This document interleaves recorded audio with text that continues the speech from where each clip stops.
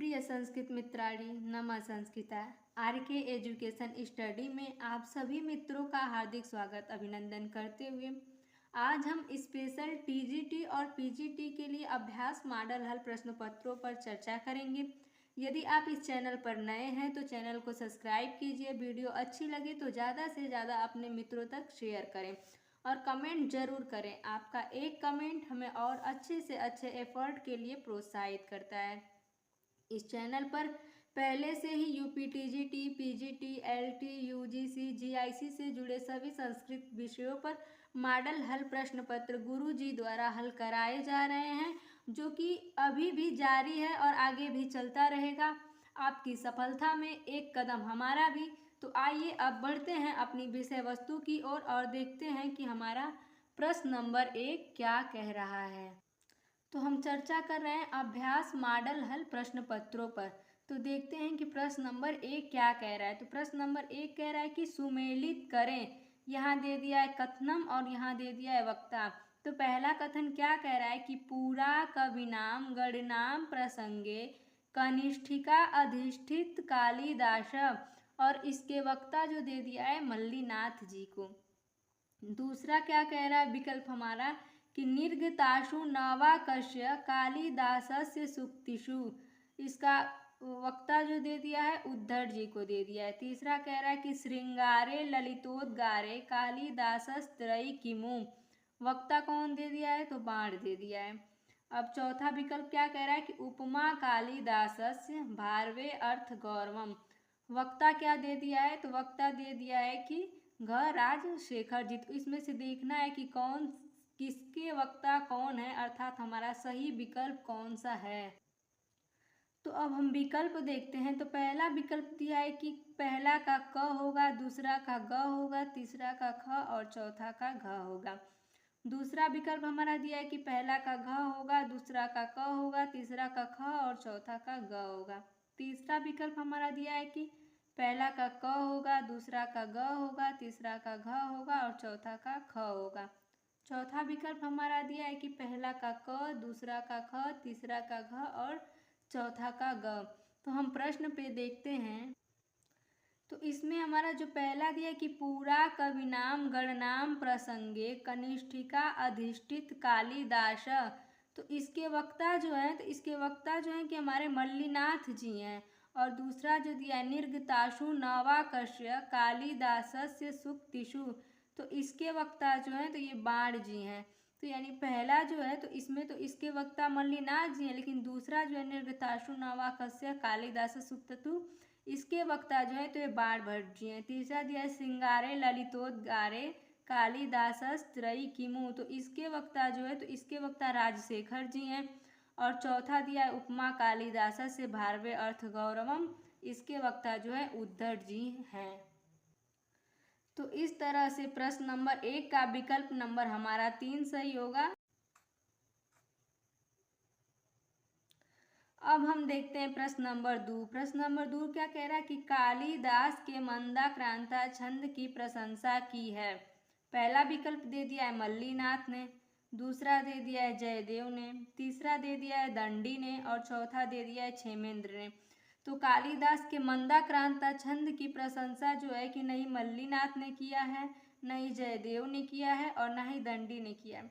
कालिदास के मंदाक्रांता छंद की प्रशंसा क्षेमेंद्र जी ने किया है कि शुभसा कालिदासस्य मंदाक्रांता विराज्यते सुवित्ति तिलक। तो प्रश्न नंबर 2 का विकल्प नंबर हमारा 4 सही हो जाएगा। अब हम देखते हैं प्रश्न नंबर 3 को। प्रश्न नंबर 3 कह रहा है कि तारापीठ का मंत्री है।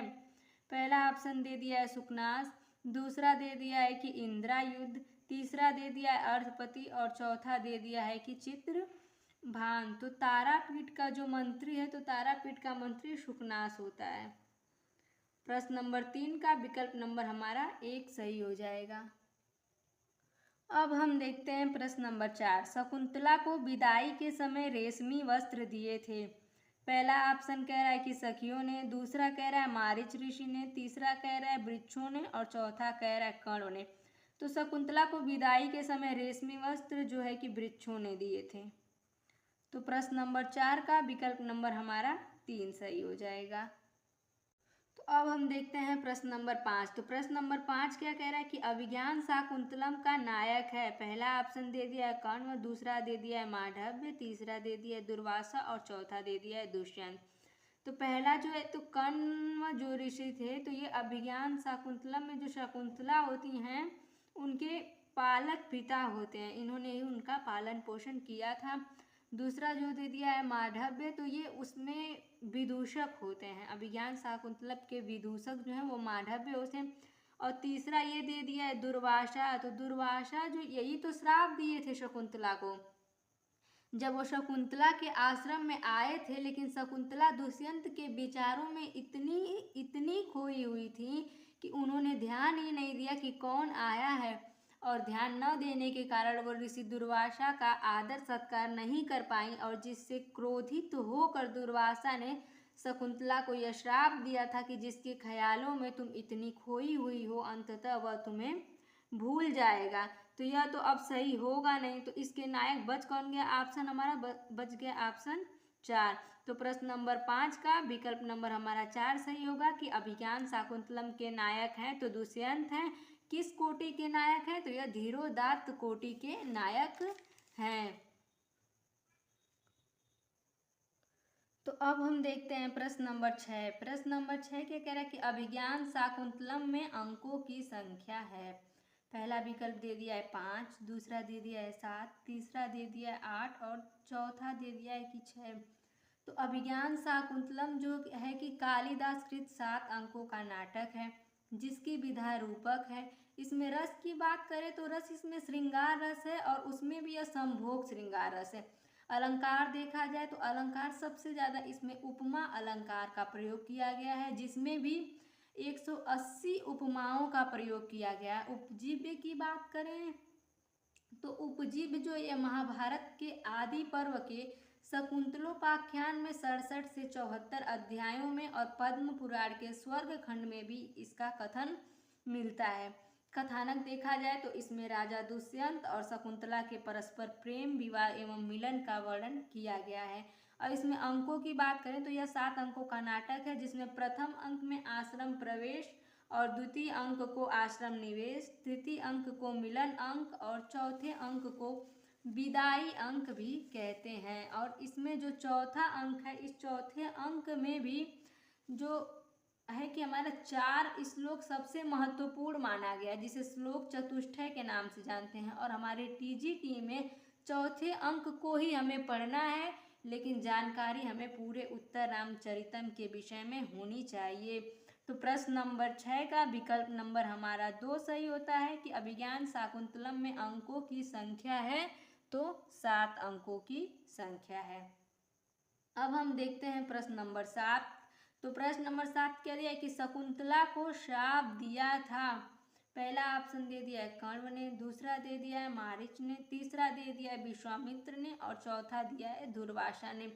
तो इसके आगे प्रश्न नंबर 5 में हम लोगों ने चर्चा किया कि शकुंतला को श्राप किसने दिया था, तो इस पे ज़्यादा कुछ बात करना नहीं है। तो शकुंतला को श्राप दुर्वासा ने दिया था। तो प्रश्न नंबर 7 का विकल्प नंबर हमारा 4 सही हो जाता है। अब हम देखते हैं प्रश्न नंबर 8। तो प्रश्न नंबर 8 क्या कह रहा है कि अभिज्ञान शाकुंतलम में प्रधान गुण है। पहला दे दिया है माधुर्य, दूसरा दे दिया है प्रसाद और तीसरा दे दिया है ओज और चौथा दे दिया है कि इनमें से कोई नहीं। तो कोई नहीं वाला विकल्प तो पहले ही कट जाएगा। अब हमारे पास 3 ऑप्शन बच जाते हैं कि अभिज्ञान शाकुंतलम में प्रधान गुण है। तो अभिज्ञान शाकुंतलम में श्रृंगार रस है, और श्रृंगार रस के साथ हमारा जो है कि प्रसाद गुण है। तो प्रश्न नंबर 8 में विकल्प नंबर हमारा 2 सही हो जाएगा। तो अब हम बात करते हैं प्रश्न नंबर 9 की। तो प्रश्न नंबर 9 क्या कह रहा है कि शकुंतला का पालन पोषण हुआ था विश्वामित्र के आश्रम में, दूसरा दे दिया है कर्ण के आश्रम में, तीसरा दे दिया है दुर्वासा के आश्रम में और चौथा विकल्प दिया है मारीच ऋषि के आश्रम में।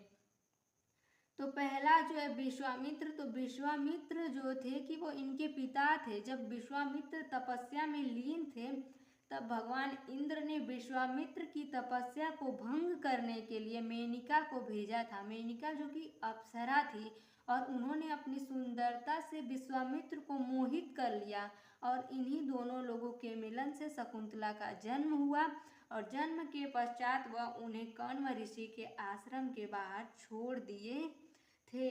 और उसके बाद क्या था, जब कण्व ऋषि ने शकुंतला को देखा तो उनके आगे पीछे कई छोटी चिड़ियाएं चहचहा रही थी, बोल रही थी और उन चिड़ियों के कोलाहल के कारण छोटी छोटी चिड़ियों को देखकर इनका नाम जो है कि शकुंतला रखा गया था। तो पहला विकल्प तो हमारा होगा नहीं। दूसरा दिया है कि कण्व ऋषि, तो हमारा प्रश्न नंबर 9 में विकल्प नंबर हमारा 2 सही होगा कि कण्व ऋषि के आश्रम में हुआ था। दुर्वासा जो कि श्राप दिए थे और मारीच के आश्रम में नहीं हुआ था। तो प्रश्न नंबर 9 का विकल्प नंबर हमारा 2 सही हो जाएगा। अब हम देखते हैं प्रश्न नंबर 10 को। प्रश्न नंबर 10 क्या कह रहा है कि कालिदास की नाट्य कृति है। तो कालिदास की नाट्य कृति जो है, पहला विकल्प हमारा दे दिया है कि विक्रमोर्वशीयम, दूसरा विकल्प दे दिया है उत्तरामचरितम, तीसरा दे दिया है मालविका अग्निमित्रम और चौथा दे दिया है अभिज्ञान शाकुंतलम। तो ये पूछा क्या है कि नाट्य कृति नहीं है। तो विक्रमोर्वशीयम जो है कि यह कालिदास की ही रचना है। यह 5 अंकों का नाटक है। इसमें राजा पुरूरवा और उर्वशी के प्रेम और विवाह की कथा का वर्णन किया गया है। अब ये दिया है मालविका अग्निमित्रम, तो मालविका अग्निमित्रम भी कालिदास की ही रचना है और अभिज्ञान शाकुंतलम पे हम लोग चर्चा किए हैं कि यह भी कालिदास के 7 अंकों का नाटक है। अब विकल्प हमारा बच जाता है दूसरा उत्तरामचरितम। तो उत्तरामचरितम में यह भवभूति जी की रचना है। यह भी 7 अंकों का नाटक है और इस नाटक में भगवान रामचंद्र जी इसके नायक हैं, जो कि धीरोदात्त कोटि के नायक हैं और नायिका जो है सीता जी हैं, मुग्धा कोटि की नायिका है। इसमें राम के राज्याभिषेक से लेकर राम सीता लौ उसके पुनर्मिलन तक का वर्णन किया गया है। तो प्रश्न नंबर 10 में विकल्प नंबर हमारा 2 सही हो जाता है कि कालिदास की नाट्य कृति नहीं है, तो उत्तरामचरितम। तो अब हम देखते हैं प्रश्न नंबर 11। प्रश्न नंबर 11 क्या कह रहा है कि चंद्रापीठ को किससे प्यार है। पहला विकल्प हमारा दिया है महाश्वेता से, दूसरा दिया है चांडाल कन्या से, तीसरा दिया है कादम्बरी से और चौथा दिया है पत्र लेखा से। तो इसमें हम देखेंगे तो विकल्प नंबर 11, प्रश्न नंबर 11 में हमारा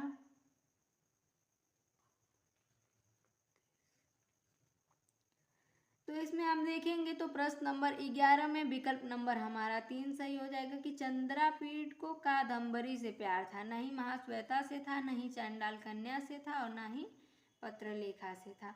अब हम देखते हैं तो प्रश्न नंबर 11 का विकल्प नंबर हमारा 3 सही हो जाएगा। अब हम देखते हैं प्रश्न नंबर 12। प्रश्न नंबर 12 क्या कह रहा है कि अभिज्ञान शाकुंतलम की नायिका हैं। तो आगे हम लोग बात किए हैं कि अभिज्ञान शाकुंतलम के नायिका, पहला विकल्प दिया है अनसुईया, दूसरा दिया है गौतमी, तीसरा दिया है प्रियंवदा और चौथा दिया है शकुंतला। तो अनसुईया और प्रियंवदा जो है कि अब शकुंतला की प्रिय सखिया थी। इनकी सखिया जो थी तो अनसुईया और प्रियंवदा थी। गौतमी जो थी तो वो कण्व आश्रम की एक तपस्वी थी, जिन्होंने शकुंतला का पालन पोषण किया था। तो इसकी नायिका जो है प्रश्न नंबर 12 का विकल्प नंबर हमारा 4 सही हो जाएगा क्योंकि शकुंतला है, जो कि मुग्धा कोटि की नायिका है। अब हम बात करते हैं प्रश्न नंबर 13 पे। प्रश्न नंबर 13 क्या कह रहा है कि भ्रमर से शकुंतला की रक्षा कौन करता है। अनसुईया, गौतमी, दुष्यंत और कर्ण। तो भ्रमर से शकुंतला की रक्षा ना ही कर्ण करते हैं, ना ही गौतमी करती हैं और ना ही अनसुईया करती हैं। सब ये भी गलत हो जाएगा, ये भी और ये भी। भ्रमर से शकुंतला की रक्षा दुष्यंत करते हैं। तो प्रश्न नंबर 13 में विकल्प नंबर हमारा 2 सही हो जाएगा कि भ्रमर से शकुंतला की रक्षा दुष्यंत करते हैं। अब हम बात करते हैं प्रश्न नंबर 14। प्रश्न नंबर 14 कह रहा है कि अभिज्ञान शाकुंतलम में विदूषक है। पहला ऑप्शन दे दिया है सारंगव, दूसरा दे दिया है मातली, तीसरा दे दिया है माधव्य और चौथा दे दिया है वसंतक। तो वसंतक जो है कि यह स्वप्नवासोदत्तम में विदूषक होता है, मातली जो है इंद्र का सारथी होता है, सारंगव नहीं होता है। प्रश्न नंबर 14 का विकल्प नंबर हमारा 3 सही होगा कि अभिज्ञान शाकुंतलम में विदूषक है तो माधव्य है। अब हम देखते हैं प्रश्न नंबर 15। प्रश्न नंबर 15 कह रहा है कि किस नदी समूह का वर्णन मेघदूत में नहीं मिलता है। किस नदी समूह का वर्णन मेघदूत में नहीं मिलता है। कह रहा है कि नहीं मिलता है, तो पहला ऑप्शन क्या दिया है कि वेत्रवती, शिप्रा और गंभीरा। दूसरा दिया है रेवा, निर्विंध्या और गंधवती। तीसरा दिया है गंगा, यमुना और सरस्वती। और चौथा ऑप्शन दिया है कि चर्मवती, कावेरी और ब्रह्मपुत्र।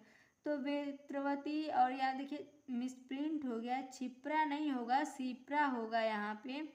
तो वेत्रवती, शिप्रा और गंभीरा का भी वर्णन मिलता है। रेवा, निर्विंध्या और गंधवती का भी वर्णन मिलता है।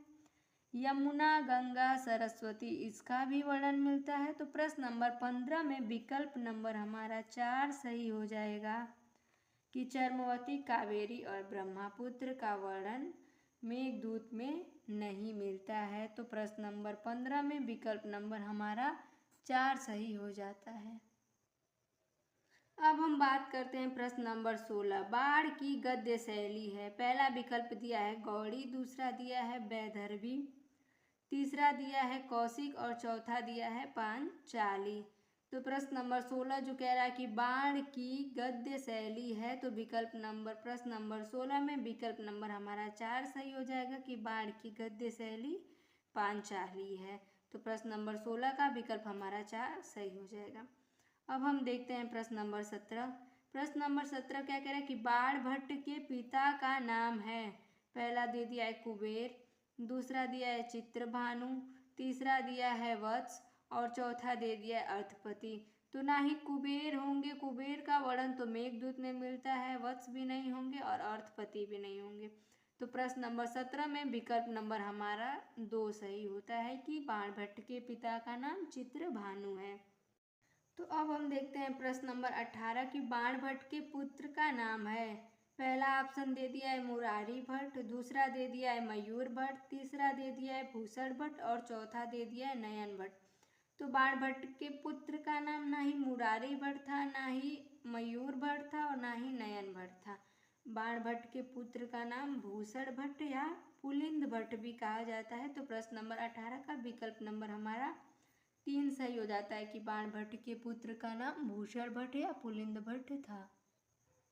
अब हम बात करते हैं प्रश्न नंबर 19 की। प्रश्न नंबर 19 कह रहा है कि काशी की महासभा ने व्यास जी को किस उपाधि से विभूषित किया। पहला ऑप्शन दे दिया है भारत रत्न, दूसरा दे दिया है साहित्य रत्न, तीसरा दे दिया है संस्कृत रत्न और चौथा दे दिया है कि बिहार रत्न। तो काशी की महासभा ने व्यास जी को किस उपाधि से विभूषित किया था। तो भारत रत्न से नहीं किया था, संस्कृत रत्न से नहीं किया था, बिहार रत्न से नहीं किया था, साहित्य रत्न से किया था। तो प्रश्न नंबर 19 का विकल्प नंबर हमारा 2 सही हो जाता है कि काशी की महासभा ने व्यास जी को साहित्य रत्न से विभूषित किया था। अब हम देखते हैं प्रश्न नंबर 20। प्रश्न नंबर 20 कह रहा है कि अंबिका दत्त व्यास की मृत्यु हुई थी। पहला ऑप्शन दे दिया है संवत 1957 में, दूसरा ऑप्शन दे दिया है संवत 1915 में, तीसरा ऑप्शन दे दिया है संवत 1943 में और चौथा ऑप्शन दिया है कि संवत 1944 में। तो अंबिका दत्त व्यास जी की मृत्यु संवत 1957 ईस्वी में हुई थी। बताया जाता है कि मार्गशीर्ष के अगहन कृष्ण पक्ष त्रयोदशी के दिन सोमवार को संवत 1957 में अंबिका दत्त व्यास जी की मृत्यु हुई थी। तो प्रश्न नंबर 20 का विकल्प नंबर हमारा 1 सही हो जाता है। तो अब हम देखते हैं प्रश्न नंबर 21 क्या कह रहा है। कह रहा है कि हरिणी दृश्य पद में विभक्ति या वचन है।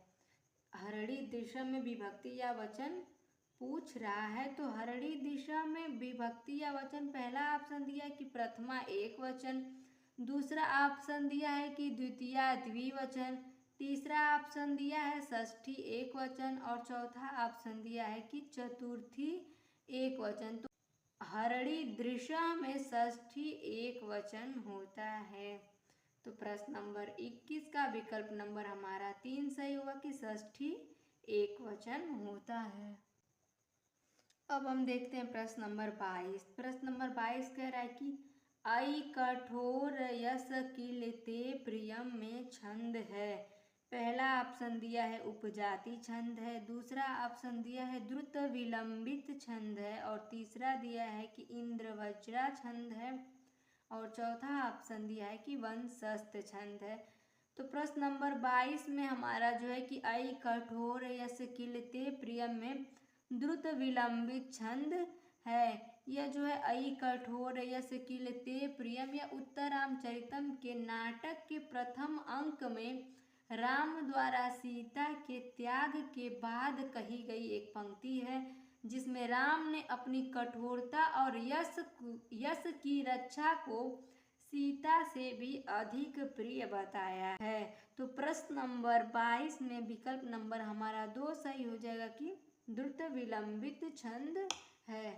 अब हम बात करते हैं प्रश्न नंबर 23 की। प्रश्न नंबर 23 क्या कह रहा है कि भर्तृहरि वस्तुतः किस रीति के कवि माने जाते हैं।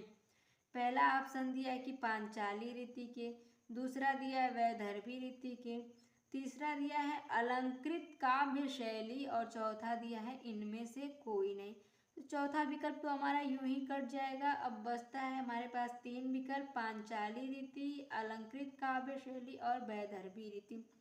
तो भर्तृहरि जो है कि वो वैदर्भी रीति के कवि माने जाते हैं। तो प्रश्न नंबर 23 में विकल्प नंबर हमारा 2 सही हो जाएगा कि भर्तृहरि वस्तुतः वैदर्भी रीति के कवि माने जाते हैं। अब हम देखते हैं प्रश्न नंबर 24 को। प्रश्न नंबर 24 क्या कह रहा है कि नाना फलम फलति कल्पलतेव भूमि इस काव्यांश में अलंकार है। पहला विकल्प दिया है कि यमक अलंकार है, दूसरा दिया है उत्प्रेक्षा अलंकार है और तीसरा दिया है उपमा अलंकार है और चौथा दिया है कि अर्था अंतराष्ट्रीय अलंकार है। तो नाना फलम फलति कल्पलतेव भूमि इसमें जो है कि हमारा उपमा अलंकार है। तो प्रश्न नंबर 24 का विकल्प नंबर हमारा 3 सही हो जाएगा कि उपमा अलंकार है। अब हम बात करते हैं प्रश्न नंबर 25 की। प्रश्न नंबर 25 कह रहा है कि विक्रम संवत के प्रवर्तक महाराज विक्रमादित्य का ज्येष्ठ भाई माना जाता है। पहला विकल्प दिया है भवभूति, दूसरा दिया है भर्तृमेंठ, तीसरा दिया है भट्टी और चौथा दिया है भर्तृहरि। तो भर्तृमेंठ को तो हम लोग जानते ही नहीं हैं और भवभूति और भट्टी और भर्तृहरि 3 विकल्प हमारे पास बच गया है। तो प्रश्न नंबर 25 में विकल्प नंबर हमारा जो है कि 4 सही हो जाएगा कि विक्रम संवत के प्रवर्तक महाराजा विक्रमादित्य के ज्येष्ठ भाई माने जाते हैं। तो भर्तृहरि जी माने जाते हैं। इनकी रचना जो है नीति शतकम है। तो प्रश्न नंबर 25 का विकल्प नंबर हमारा 4 सही हो जाएगा। अब हम देखते हैं प्रश्न नंबर 26। प्रश्न नंबर 26 कह रहा है कि भर्तृहरि की रचना मानी जाती है।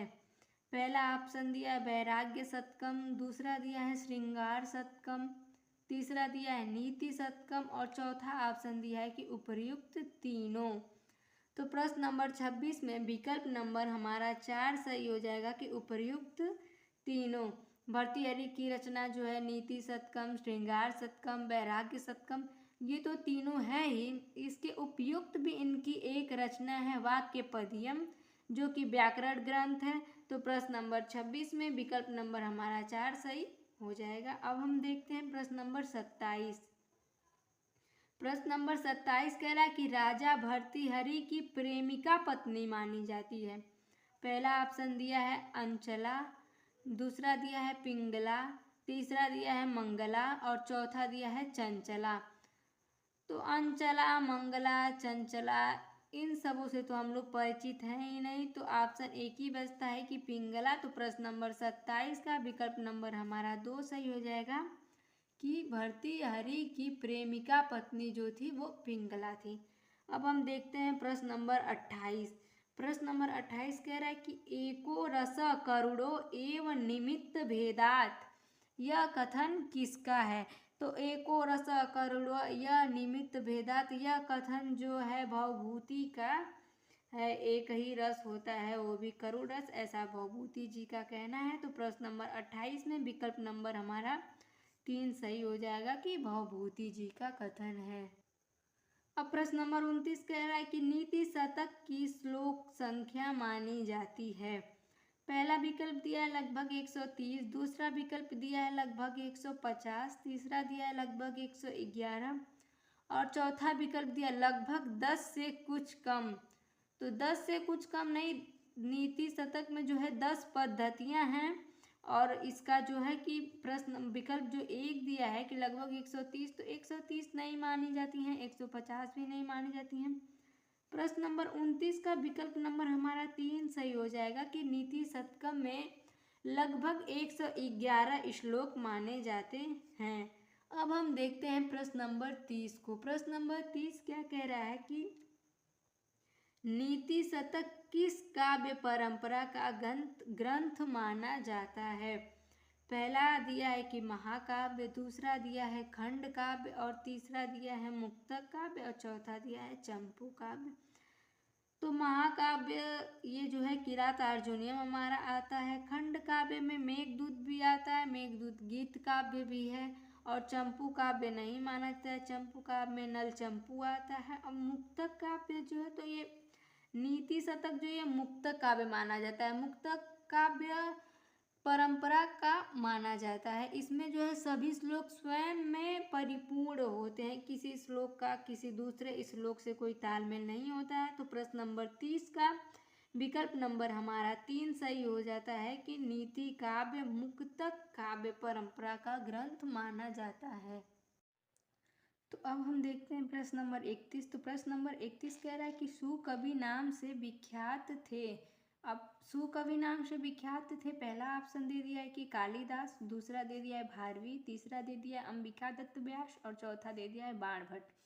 तो कालिदास जो है तो कालिदास को उपमा सम्राट या कविकुल गुरु भी कहा जाता था।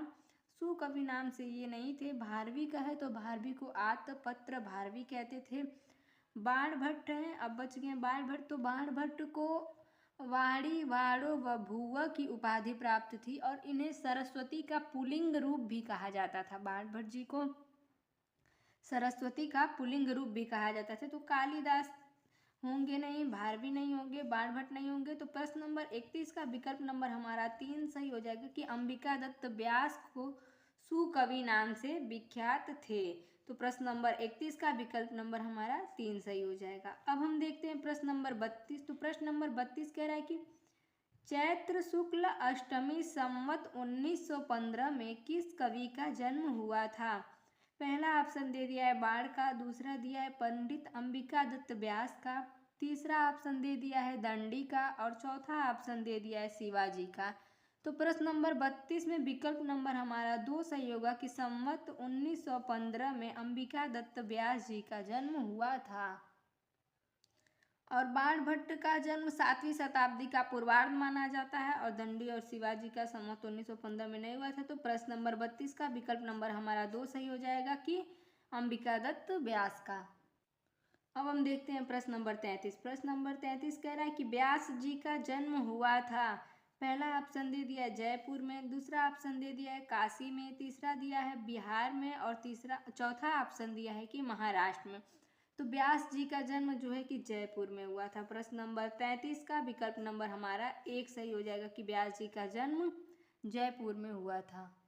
अब हम देखते हैं प्रश्न नंबर 34। प्रश्न नंबर 34 क्या कह रहा है कि पंडित अंबिका दत्त व्यास का विवाह हुआ था। पहला ऑप्शन दे दिया कि 18 वर्ष में, दूसरा ऑप्शन दे दिया है 13 वर्ष में, तीसरा ऑप्शन दे दिया है 25 वर्ष में और चौथा ऑप्शन दे दिया है कि 20 वर्ष में। तो पंडित अंबिका दत्त व्यास का विवाह जो है कि 13 वर्ष की आयु में हुआ था, ना ही 18 वर्ष में हुआ था, ना ही 25 और ना ही 20। तो प्रश्न नंबर 34 का विकल्प नंबर हमारा 2 सही हो जाएगा कि पंडित अंबिका दत्त व्यास का विवाह 13 वर्ष की आयु में हुआ था। अब हम देखते हैं प्रश्न नंबर 35। प्रश्न नंबर 35 क्या कह रहा है कि पंडित अंबिका दत्त व्यास के पिता का नाम था। तो पहला ऑप्शन दे दिया है कि देवी दत्त, दूसरा ऑप्शन दिया है दुर्गा दत्त, तीसरा दिया है पंडित राजा राम और चौथा दिया है कि रावत जी।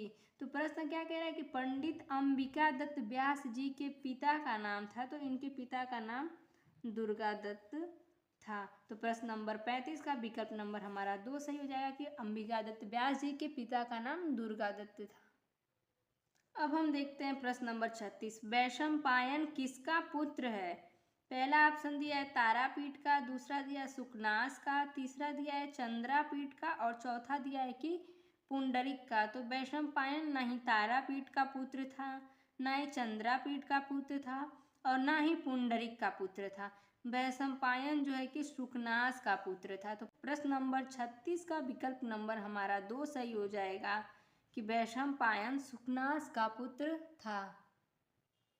अब प्रश्न नंबर 37 दिया है कि तारापीठ का पुत्र है। पहला ऑप्शन दिया है सुकनास, दूसरा दिया है वैशंपायन, तीसरा दिया है चंद्रापीठ और चौथा दिया है कि पुंडरीक। तो तारापीठ का पुत्र जो था कि वो चंद्रापीठ था,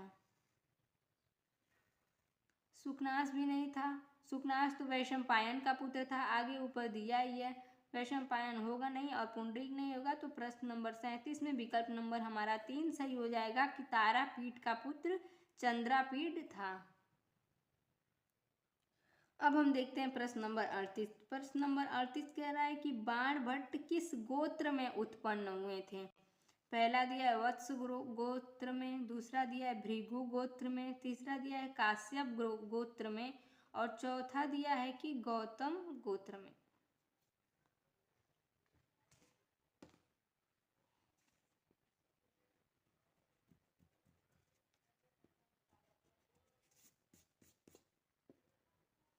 पहला ऑप्शन जो दिया है वो कह रहा है कि वत्स गोत्र और दूसरा ऑप्शन दिया है कि भृगु गोत्र में, तीसरा दिया है कि काश्यप गोत्र में और चौथा दिया है कि गौतम गोत्र में।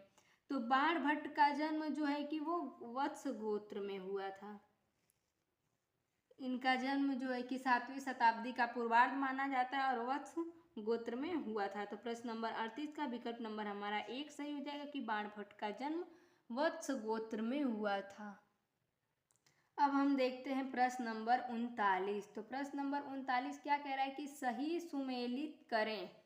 कथनम दे दिया है, वक्ता दे दिया है, जैसे हमारा पहला प्रश्न दिया था ठीक वैसे ही प्रश्न नंबर 39 भी हमारा है। तो पहला क्या कह रहा है कि कालिदासा गिराम सारम कालिदासा सरस्वती।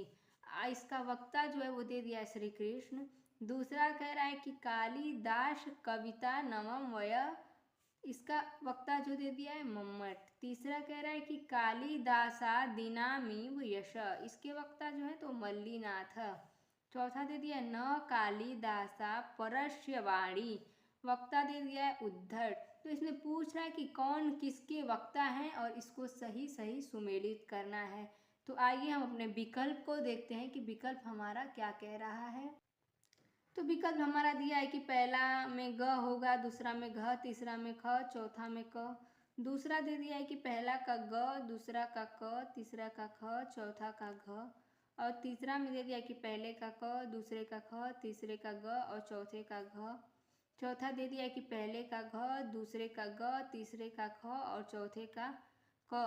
तो पहले हम ये देखते हैं कि किसके वक्ता कौन हैं। तो इसमें जो है कि हमारा जो ये विकल्प ये जो दिया है इसमें एक जो है कालिदासाम गिराम सारम कालिदासा सरस्वती। तो इसके जो वक्ता हैं तो इसके वक्ता मल्लीनाथ जी हैं। पहले का हमारा यह ग होगा कि कालिदासम गिराम सारा कालिदासा सरस्वती। तो इसके जो वक्ता हैं तो इसके वक्ता मल्लीनाथ जी हैं। अब दूसरा दिया है कि कालिदासा कविताम नवम वय, तो इसके वक्ता जो हैं तो उद्धट जी हैं, उद्धट जी हैं। अब तीसरा दिया है कि कालिदासा दिनामीव यश, तो इसके वक्ता जो हैं ये मम्मट जी हैं। तो ये हमारा दूसरा था और ये हमारा तीसरा है। और चौथा क्या है कि न कालिदासा परस्यवाड़ी, तो हमारे बच कौन से जाते हैं, तो श्री कृष्ण बच जाते हैं। तो चौथा है। तो इस प्रकार से ऑप्शन हम देखेंगे तो हमारा पहला का ये दिया है ना, पहला का ग, दूसरा का घ, तीसरा का ख और चौथा का क हो गया। तो इस प्रकार से विकल्प हमारा एक सही हो जाएगा कि प्रश्न नंबर 39 में विकल्प नंबर हमारा एक सही हो जाएगा। अब हम देखते हैं प्रश्न नंबर 40 को। तो अब हम देखते हैं प्रश्न नंबर 40। तो प्रश्न नंबर 40 क्या है कि स्त्रीणा माध्यम प्रणय वचनम विश्रमो ही प्रियेषु, यह सूक्ति पूछ रहा है कि किस ग्रंथ से उद्धृत है। तो यहाँ विश्रमो नहीं है, विभ्रमो होगा। ये देखिए मिसप्रिंट है, यहाँ विभ्रमो है। यह सूक्ति जो है यह पूर्व मेघ से उद्धृत है। पूर्व मेघ का यह 29वां श्लोक है कि निर्विंध्याया पथि भवरसा अभ्यन्तरः सन्निपत्य स्त्रीणामाद्यं प्रणयवचनं विभ्रमो हि प्रियेषु। तो प्रश्न नंबर 40 का विकल्प नंबर हमारा एक सही हो जाएगा कि पूर्व मेघ से यह सूक्ति उद्धृत है। अब हम देखते हैं प्रश्न नंबर 41। तो प्रश्न नंबर 41 क्या कह रहा है कि सुकनास के अनुसार शास्त्र जाल प्रक्षालित बुद्धि भी कब कालुष को प्राप्त होती है। तो इसका पहला ऑप्शन जो हमारा दे दिया है कि वृद्धावस्थायाम, दूसरा दे दिया है यवनारंभे, तीसरा दे दिया है बाल्यावस्थायाम और चौथा दे दिया है कि इनमें से कोई नहीं। तो इनमें से कोई नहीं हमारा कट जाएगा। अब पहला ऑप्शन जो है वृद्धावस्थायाम, तो वृद्धावस्था में शास्त्र जाल प्रक्षालित बुद्धि कालुष को नहीं प्राप्त होती है, ना ही बाल्यावस्था में होती है। इसका उत्तर जो हमारा सही होगा तो वो यमना आरंभे। सुकनास के अनुसार शास्त्र जाल प्रक्षालित बुद्धि भी यमुना आरंभ में कालुष को प्राप्त हो जाती है। तो प्रश्न नंबर 41 का विकल्प नंबर हमारा 2 सही हो जाएगा। अब हम देखते हैं प्रश्न नंबर 42 कि बाणभट्ट का निवास स्थान है। तो बाणभट्ट का निवास स्थान जो पहला ऑप्शन दिया है कि उज्जैनी में, दूसरा दिया है गया बिहार में, तीसरा दिया है अचलपुर में और चौथा दिया है कि सोन नदी के तट पर प्रतिकूट गांव में इनका निवास स्थान है। तो उज्जैनी में नहीं है, बिहार में भी नहीं है, अचलपुर में भी नहीं है। प्रश्न नंबर 42 का विकल्प नंबर हमारा 4 सही हो जाएगा कि बाणभट्ट का निवास स्थान सोन नदी के तट पर प्रतिकूट गांव में है। तो प्रश्न नंबर 42 का विकल्प नंबर हमारा 4 सही होता है।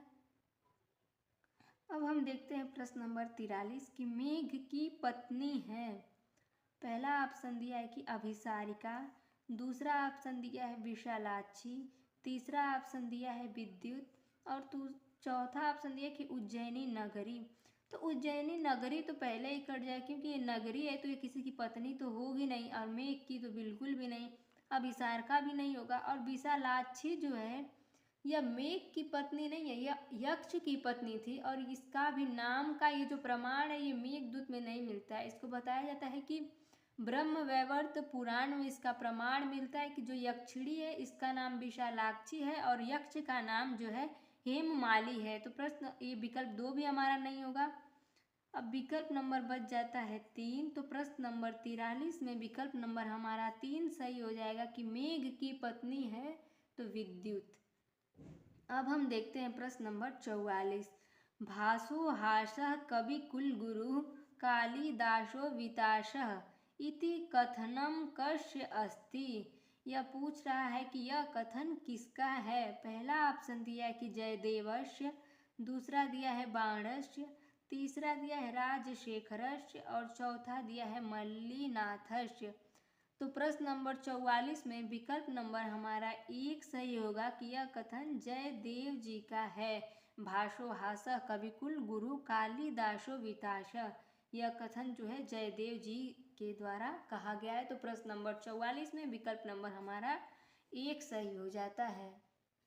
अब हम देखते हैं प्रश्न नंबर 45। ऐश्वर्यम यदि वांछसी प्रिय सखे शकुंतलम सेव्यताम, यह किसके कथन का अनुवाद है। पहला ऑप्शन दे दिया है कि मैक्स मूलर, दूसरा ऑप्शन दे दिया है कि क्षेमेंद्र, तीसरा ऑप्शन दे दिया है गेटे और चौथा ऑप्शन दे दिया है कि डॉक्टर कीथ। तो मैक्स मूलर, क्षेमेंद्र और डॉक्टर कीथ के कथन का अनुवाद नहीं है, यह गेटे के कथन का अनुवाद है। तो प्रश्न नंबर 45 में विकल्प नंबर हमारा 3 सही हो जाता है कि ऐश्वर्यम यदि वांछसी प्रिय सखे शकुंतलम सेव्यताम, यह गेटे के कथन का अनुवाद है। अब हम देखते हैं प्रश्न नंबर 46 कि महाकवि भर्तृहरि की अंतिम रचना मानी जाती है। पहला ऑप्शन दिया है श्रृंगार शतकम, दूसरा ऑप्शन दिया है नीति शतकम, तीसरा ऑप्शन दिया है वैराग्य सारम और चौथा ऑप्शन दिया है कि वैराग्य शतकम। तो प्रश्न नंबर 46 में जो है कि ये विकल्प जो तीसरा दिया है कि वैराग्य सारम, कि ये भर्तृहरि जी की रचना है ही नहीं। बच गया श्रृंगार शतक, नीति शतक और वैराग्य शतक। तो ऐसा कहा जाता है कि जब भर्तृहरि जी जब राज्य पाठ जब चलाते थे तो उन्होंने नीति शतक की रचना की थी, और जब वो प्रेम में थे तो उन्होंने श्रृंगार शतकम की रचना की थी, और जब प्रेम के बाद जब उन्हें धोखा मिला था तो उसके बाद वैराग्य शतकम की रचना उन्होंने किया था। तो प्रश्न नंबर 46 में विकल्प नंबर हमारा 4 सही हो जाएगा कि भर्तृहरि की अंतिम रचना भी यही मानी जाती है, वैराग्य शतकम। तो प्रश्न नंबर 46 का विकल्प नंबर हमारा 4 सही हो जाएगा कि वैराग्य शतकम।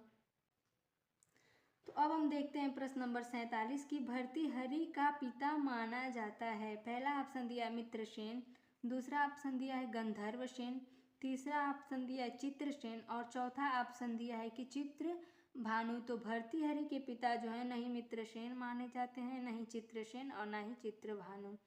तो प्रश्न नंबर 47 का विकल्प नंबर हमारा 2 सही हो जाएगी कि भर्तृहरि के पिता गंधर्वसेन माने जाते हैं। अब प्रश्न नंबर 48 कह रहा है कि शतक त्रय में परिगणित हैं।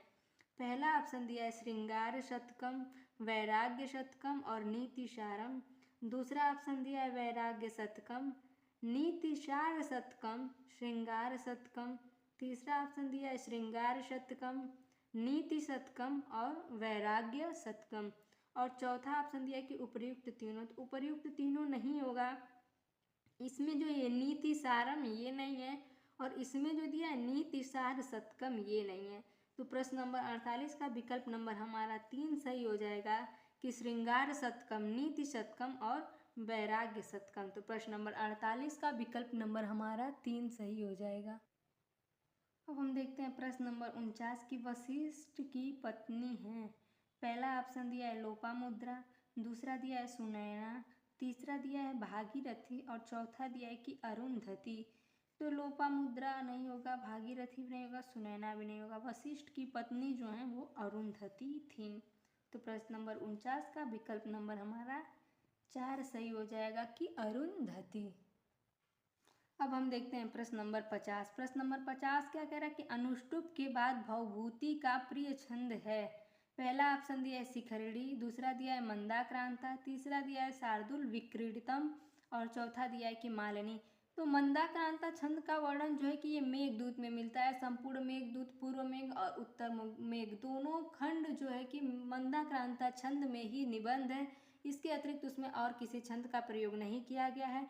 बाकी ये तीनों छंद जो है कि आपको नीति शतक में मिल जाएंगे, क्योंकि ये मुक्तक काव्य है और इसमें कई प्रकार के छंदों का प्रयोग किया गया है। तो प्रश्न नंबर 50 का विकल्प नंबर हमारा पहला सही होगा कि अनुष्टुप के बाद भवभूति जी का सबसे प्रिय छंद जो था कि वो शिखरिणी छंद था। तो प्रश्न नंबर 50 में विकल्प नंबर हमारा 1 सही हो जाएगा कि शिखरिणी। अब हम देखते हैं प्रश्न नंबर 51 को। प्रश्न नंबर 51 कह रहा है कि उत्तर रामचरितम में कुल श्लोकों की संख्या मानी जाती है। तो पहला ऑप्शन दिया है कि 244, दूसरा दिया है कि 266 और तीसरा दिया है कि 256 और चौथा दिया है कि 334।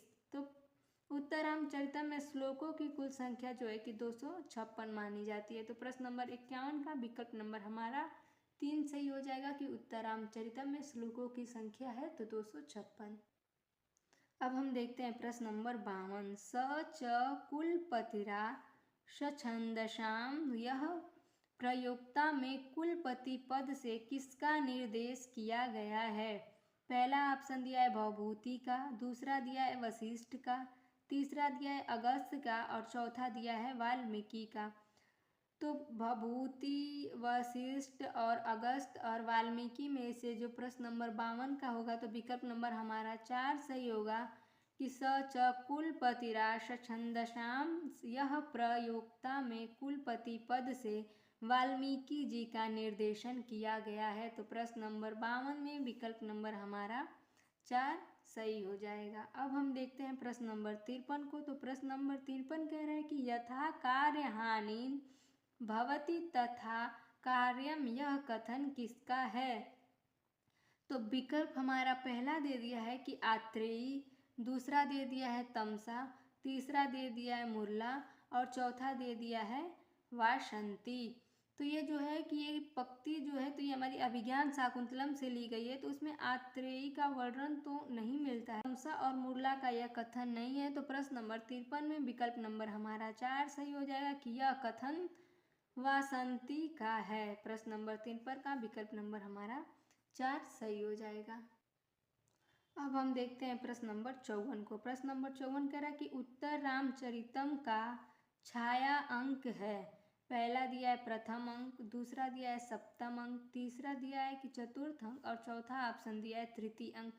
तो उत्तर रामचरितम जो है कि 7 अंकों का नाटक है। इसमें प्रधान रस जो है वो करुण रस है और इसका उपजीव्य जो है तो वाल्मीकि रामायण का उत्तर कांड और पद्म पुराण का पाताल कांड माना जाता है। उत्तर रामचरितम में 12 वर्ष की घटना का वर्णन किया गया है। तो इसमें जो है छाया अंक जो माना जाता है तो वो तृतीय अंक को माना जाता है। प्रश्न नंबर 54 में विकल्प नंबर हमारा 4 सही हो जाएगा कि छाया अंक जो है तो वो तृतीय अंक को माना जाता है। तो इसमें पहले अंक में जो है कि चित्र दर्शन, पहले अंक को चित्र दर्शन और द्वितीय अंक को पंचवटी प्रवेश, तीसरे को छाया अंक, चौथे को कौशल्या जनक योग और पांचवे को चंद्रकेतु और लव के युद्ध का वर्णन मिलता है और छठे अंक में युद्ध वर्णन है और सातवें को गर्भांक कहते हैं। तो इसमें जो तृतीय अंक है यही महत्वपूर्ण है और तृतीय अंक ही हमें पढ़ना है। और तृतीय अंक का प्रारंभ जो है तमसा और मुरला से शुरू होता है। तृतीय अंक में कुल श्लोक जो है तो 48 श्लोक हैं। तृतीय अंक का प्रथम श्लोक अनुष्टुप छंद में है और तृतीय अंक का अंतिम श्लोक मालिनी छंद में निबद्ध है। तृतीय अंक में सर्वाधिक बार प्रयुक्त जो छंद है तो वो अनुष्टुप छंद है और वसंत तिल का छंद है। तृतीय अंक के अंत में गंगा, पृथ्वी और वाल्मीकि और वशिष्ठ की प्रार्थना की गई है। तो प्रश्न नंबर 54 में विकल्प नंबर हमारा 4 सही हो जाता है कि उत्तर रामचरितम का छाया अंक जो है तो वो तृतीय अंक है। अब हम देखते हैं प्रश्न नंबर 55। अमर सिंधु पद का क्या अर्थ है? पहला ऑप्शन दिया है अमृत समुद्र, दूसरा दिया है भागीरथी, तीसरा दिया है यमुना और चौथा दिया है पृथ्वी। तो अमृत सिंधु पद का जो अर्थ है तो ये भागीरथी है। भागीरथी को अमृत सिंधु पद कहा गया है। तो प्रश्न नंबर 55 में विकल्प नंबर हमारा 2 सही हो जाएगा कि भागीरथी होता है। तो प्रश्न नंबर 55 जो था ये हमारी आज की श्रृंखला का अंतिम प्रश्न था। आज के लिए बस इतना ही। यदि आप हमारे इस चैनल पर नए हैं तो चैनल को सब्सक्राइब कीजिएगा। वीडियो अच्छी लगे तो अपने मित्रों तक अधिक से अधिक शेयर कीजिएगा, लाइक और कमेंट जरूर कीजिएगा। मिलते हैं इसी के अगले प्रश्न पत्र भाग 2 में। तब तक के लिए नमः संस्कृताय।